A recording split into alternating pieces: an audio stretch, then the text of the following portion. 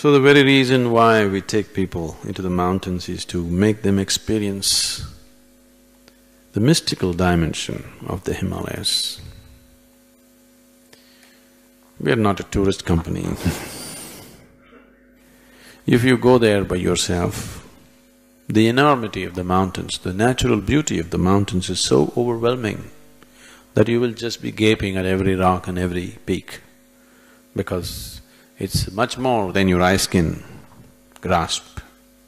It's very difficult for you to understand what's Himalayas, even physically. Right from my childhood, I had seen many photographs of Himalayas, I had seen many documentaries about Himalayas.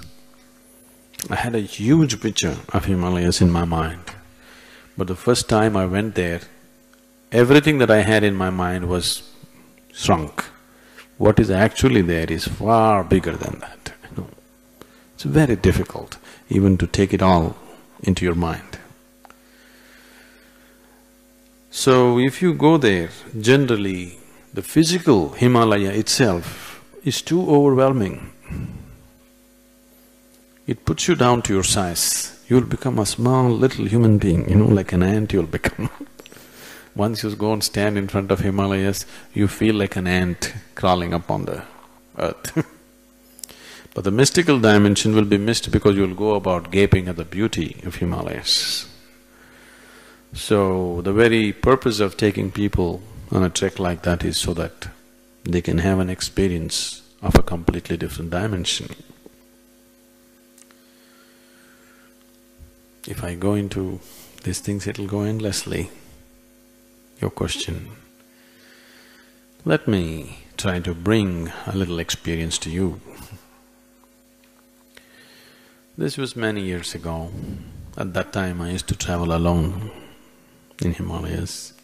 But now traveling alone is impossible. If I go, I have a full 10 busloads of people with me.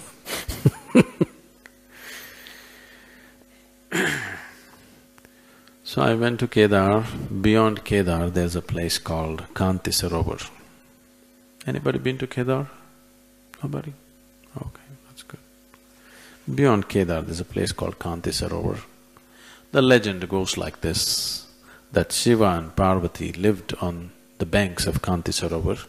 The sages lived in Kedar, so sometimes they came down visiting. That's how the legend goes. So I wanted to see this Kanti Sarovar. I just went there and I just went and sat on a particular rock. See, me as a person, I have always avoided learning Sanskrit language. Though I had an immense liking towards the language, I avoided learning it when I had the opportunities to learn. Because the moment you learn Sanskrit, you will end up reading the scriptures. My own vision has never failed me even for a moment in my life. I didn't want to clutter myself with traditions and scriptures and other things.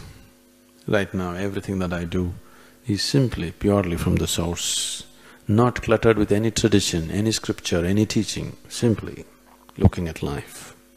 So I didn't want to read scriptures, I consciously avoided Sanskrit language. And that day, I was sitting there alone. It's…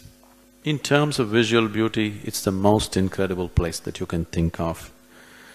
You know, snow-clad mountain peaks, completely snow-clad, everything. And there's a… you know, like a lake which is about 2 kilometers, 2 square kilometers kind of lake. Absolutely still, reflecting the mountains. It's, you know, not even a blade of grass anywhere, everything is white, and this patch of water reflecting the mountains. It's indescribable, really, even visually, I'm saying. So I was just sitting there, my eyes open. And suddenly everything in my experience, my physical body, the rock on which I'm sitting, the mountains, the lake, everything became sound.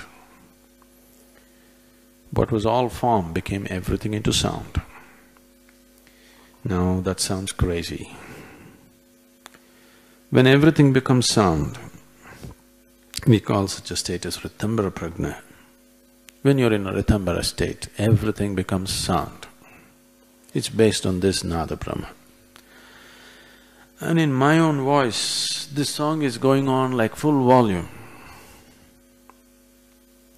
I can clearly feel that my mouth is shut. I'm not singing, but it's my voice in full volume. The song is just going on.